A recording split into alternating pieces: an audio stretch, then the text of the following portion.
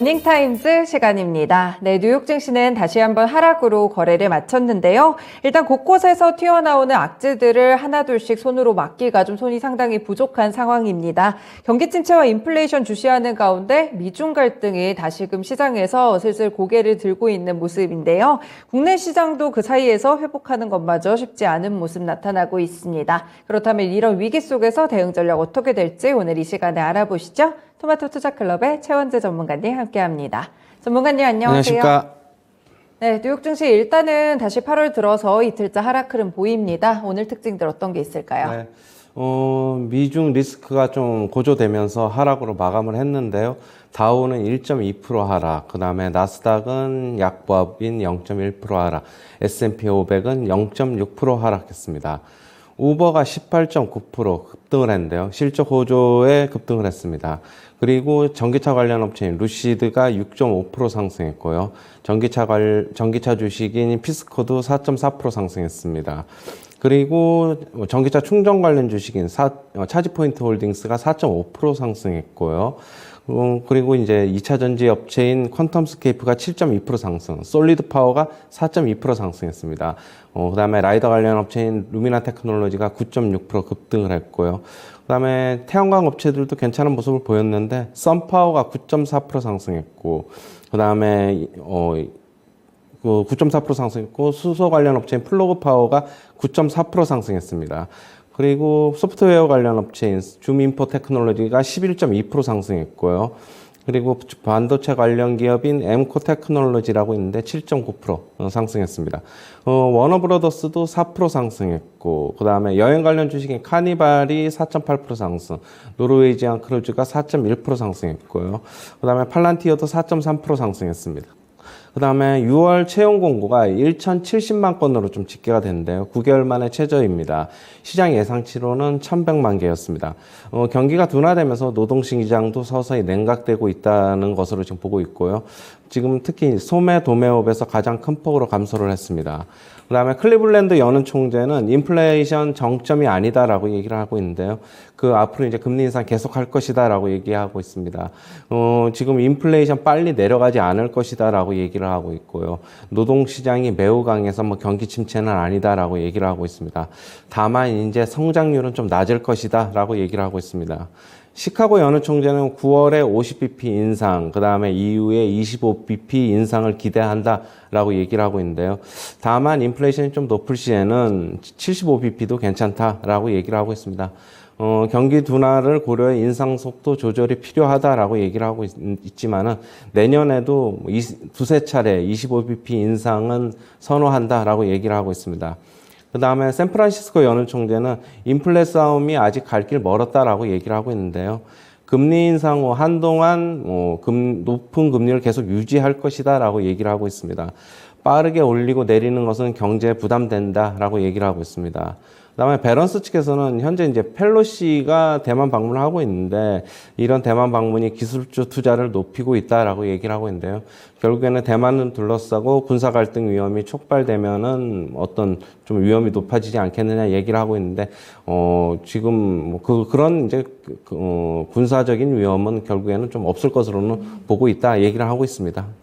네, 이렇게 몇 가지 이슈들 함께 봤습니다. 오늘 중요한 부분들 많은데요. 사실 오늘 뭐 뉴욕 증시가 하락했던 이유는 미중 리스크 그리고 연준 관계자들의 매파적 발언 두 가지 정도로 이제 뭐 네. 기자들에서 해석을 하고 있는 모습인데 네. 전문가님 생각은 어떠신가요? 저도 그렇고요. 네. 역시 뭐 더 이상 그것뿐만이 아니라 더 네. 기술적으로 봐도 뭐 더 이상 좀 강하게 상승하기는 조금 힘들지 않나 그렇게 보고 있습니다. 일정 부분 좀 조정을 거쳐서 힘을 비축한 다음에 다시 뭐 한번 테스트를 한번 해볼 수 있지 않나 그렇게 보고 있어요. 네, 지난주에 많이 오르다 보니까 상승 동력을 조금 더 가져가기보다는 하락 요인들에 주목을 하는 모습입니다. 일단은 뭐 여러 가지 경제 지표들이 있지만 항상 뭐 저희가 주목하는 게 경기 침체라든지 인플레이션 두 가지잖아요.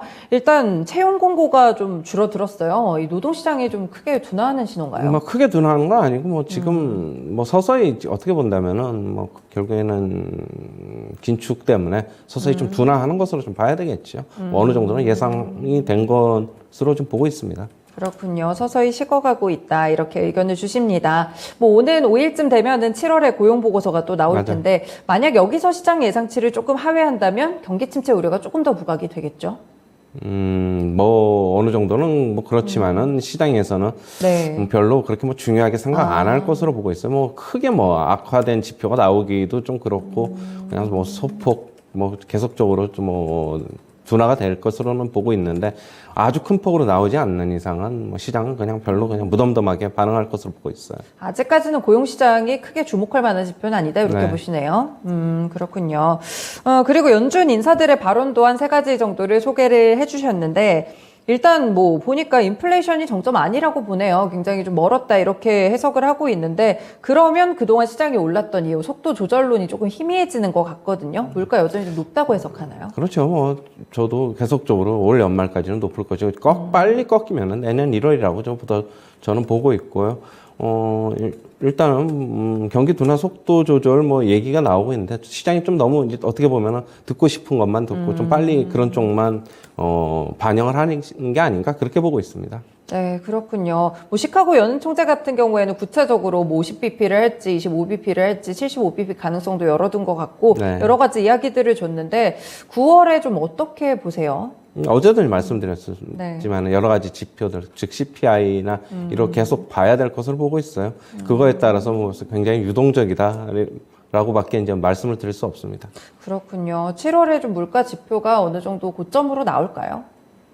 일단 뭐 최고점은 나온 것으로 보고 있는데 뭐 꺾이더라도 아주 소폭 꺾이지 않을까 그렇게 보고 있어요. 그렇군요. 사실 뭐 굉장히 연준의 행동을 불러일으키려면 큰 폭의 감소가 좀 나와줘야 될 것 같은데 그런 상황은 좀 아니다 보니까 아직까지는 좀 높게 인상할 가능성을 열어두시고 함께 체크를 해보셔야 될 것 같습니다. 그리고 밸런스 측에서 펠로시 지금 하원 의장이 대만을 방문하고 있는데 기술주의 투자 리스크를 높이고 있다고 했거든요. 네. 어떤 이유에서인가요? 결국에는 뭐 지정학적 리스크, 뭐 중국이 뭐 결국엔 대만을 어떻게 군사적으로 뭐 침공할 시에는 뭐 조금 위험이 높아진다라고 얘기를 하고 있는데 만약에 그렇다면은 지금 반도체 기업이나 뭐 퀄컴, 인텔, AMD, 엔비디아 등에서는 뭐 중국 비중이 상당 부분 높거든요. 네. 그렇다고 본다면은 결국에는 좀 어느 정도 타격이 있지 않을까 그렇게 보고 있고 애플도 중국 비중이 상당히 높지 않습니까? 네네. 그래서 뭐 어떻게 보면은 이런 지정학적 리스크가 조금 극단적으로 가면은 이런 기업들에 좀 타격이 있지 않을까 그렇게 보고 있는데 하지만 끝에 이제 얘기를 하는 거는 네. 그렇게 되기 가능성은 좀 희박하다라고 얘기를 하고 있어요. 그렇군요. 뭐 가능성을 높게 보지는 않고 지나가는 멘트 정도로 좀 체크를 해보시면 되겠습니다. 뭐 이전에도 전문가님이 계속해서 말씀을 주신 게 펠로시 의장의 대만 방문이 시장 영향에는 좀 제한적일 것이다 이렇게 보셨는데 사실 아직 시장에서 섹터별로는 좀 움직임이 나오고 있거든요. 히토류라든지 네. 뭐 방산 섹터도 일부 좀 연결이 되고 있는데 이런 쪽 투자는 좀 어떻게 보시나요? 글쎄요, 뭐 지금 히토류 같은 주식, 뭐 MP 머티리얼 중 오늘 같은 경우에는 뭐 강세가 아니었기 네. 때문에 뭐 좀 그렇게 뭐 별개로 좀 봐야 될 것으로 보고 있고 뭐 단기적인 게 아닌가 저는 그렇게 보고 있어요. 물론 이걸로 인해서 지수가 어떻게 보면은 빠질 구실을 좀 제공한다라고는 보고 있고요. 네. 역시 조금 기술적으로는 좀 빠져야 될 자리다 그렇게 보고 있습니다. 대만 방문이 뭐 어떻게 본다면 중국을 계속적으로 자극을 시키고 있는데 네. 뭐 극단적인 군사 행동은 없지 않을까 그렇게 보고 있습니다. 극단적인 충돌까지는 가지 않을 거다. 뭐 이렇게 여러 가지 소식들에서도 나오고 있거든요. 이런 부분들 체크를 해보시면 될 것 같고 시장 영향은 제한적이고 섹터별로만 약간 단기적인 움직임을 준다라는 해석을 주셨습니다. 뭐 종목별로도 몇 가지 좀 체크를 해보려고 하는데 먼저 이제 서학개미 분들이 가장 많이 갖고 계실 주식 테슬라 같은 경우에 이제 주식 분할을 앞두고 $900 선 위로 네. 올라왔거든요. 네. 좀 앞으로의 흐름 어떻게 보세요? 뭐 단기적으로는 거의 다 왔다 그렇게 보고 있어요. 네. 역시 뭐 지수의 흐름에 맞춰서 앞으로 갈 것이다라고 보고 있고요. 여기서 뭐 $1,000 가기에는 좀 무리가 있다 그렇게 보고 있습니다. 일단은 뭐 지금 소폭 상단에서 지금 횡보할 것으로 보고 있고 하지만 주가는 좀 빠져야 된다 그렇게 보고 있어요. 그렇군요. 뭐 $900까지 야금야금 올라왔었는데 고점이 거의 단기적으로 다 왔다 이런 말씀을 주시네요. 테슬라에 대한 기대감보다는 일단 이 정도 수준에서 약간 주가가 횡보할 가능성이 있으니까 함께 체크해 보시면 될 것 같고 그리고 우버 같은 경우에 실적으로 인해서 폭등이 나왔어요. 네. 18% 정도 급등이 나왔는데 사실 그동안 주가를 봤을 때 뭐 18% 올랐다고는 하지만 손실 굉장히 많으신 분들 많을 것 같거든요. 이런 종목들 같은 경우에 그럼 이렇게 폭등이 나왔을 때 어느 정도 정리를 해야 될까요? 그렇죠. 조금 뭐 단기적으로 조금 더 갈 수 있는데 어느 정도 너무 많이 물려 있으신 분들은 일단 뭐 좀 정리하고 다시 사면 괜찮지 않나 그렇게 보고 있어요. 지금 우버 같은 경우는 아직도 적자가 지금 계속되고 있죠. 적자 폭은 이제 줄어들고 있지만은 일단은 지금 뭐 차트 모습 보면은 단기적으로 좀 바닥은 형성한 모습이다 그렇게 보고 있고요. 하지만 뭐 지금 기술주 전체적으로 악영향을 받아서 하락을 하면은 우버도 같이 하락할 것이다라고 보고 있고 어제 이제 나스닥이 다우지수에 비해서는 조금 더 강한 것은 결국에는 우버가 좀 영향을 주지 않았나 그렇게 보고 있어요. 네, 그렇군요. 그리고 조금 전에 이제 외신에서도 나왔는데 AMD가 이제 장마감 이후에 실적이 나왔는데 3분기 결국엔 3분기 때문에 지금 시간에서 이렇게 반응이 나오고 있는 거죠. 네, 맞아요. 지금 그러니까 주당 순이익, 즉 EPS나 매출 같은 경우는 컨센서스 상회했는데 가이던스를 안 좋게 제시하면서 지금 시간에서 한 5% 중반대 하락을 하고 있습니다. 뭐 스타벅스는 실적을 발표했는데 컨센서스 모두 이제 상회하는 실적을 발표하면서 주가는 시간에서 소폭 상승하고 있는데 약 1%대 상승을 하고 있어가지고 좀 희비는 좀 엇갈리고 있는데 지금 일단 역시 AMD 측에서는 가이던스가 안 좋게 제시한 만큼 오늘 장에서의 하락은 좀 불가피하다라고 보고 있습니다. 네, 그렇군요. 이렇게 종목별로도 몇 가지를 체크를 해드렸습니다. 그리고 이제 국내에서 보니까 코로나19 신규 확진자가 최근 한 4만 명대여서 저도 좀 안심을 하고 있었는데 보니까 다시 11만 명대 좀 넘게 나올 걸로 보이거든요. 좀 시장 영향 어떻게 보세요? 어제 11만 명대 갔나요? 오늘 이제 거의 집계가 이제 앞으로 나올 실적이 어제 10만 10시에 명 발표될 넘었고, 수치가 그쯤 나올 것 같아요. 뭐 제한적일 것이라고 보이고 있고 뭐 그거의 전체적인 그걸로 인해서 시장에 영향을 미친다기보다 개별 섹터로의 뭐 영향을 줄 수 있지 않을까 그렇게 보고 있고 일단 코로나 관련 주식들 뭐 진단키트나 뭐 이런 쪽 같은 경우에는 뭐 단기적인 대응 이런 뉴스에 따라서 움직이는 만큼 단기적인 대응밖에 좀 불가피하다라고 말씀드리겠습니다. 네, 제약 바이오 섹터들 뭐 잠깐 이렇게 움직일 수 있는 재료로 코로나19 신규 확진자 늘어나는 부분들 작용할 수 있을 것 같습니다. 그리고 이제 외국인 순매수가 그래도 4거래일째 좀 이어지고 있는 모습인데 어떻게 보세요? 좀 계속 들어올까요? 일단은 뭐 저 어제도 이제 말씀드렸듯이 외국인 순매수는 조금 계속적으로 이어질 것이다. 지금 들어오고 있는 자금들은 결국에는 장기 투자 자금이라고밖에 지금 볼 수가 없어요. 지금 환율도 계속 1,300원 위에서 지금 있는데도 불구하고 그렇다고 환율이 어느 정도 뭐 고점은 나왔지만은 이게 지금 추세적인 하락으로 좀 들어간 건 아니거든요. 지금 다시 이제 박스권으로 지금 보고 있는데 그렇다고 본다면은 지금 역시 장기적인 투자자들이다 이렇게 보고 있고요. 장기적인 투자자들이다 보니까 조금 주식 가격이 싸면은 장중에라도 좀 싸면은 사고 뭐 조금 오르면은 좀 덜 사고 좀 그러는 것으로 보고 있어요.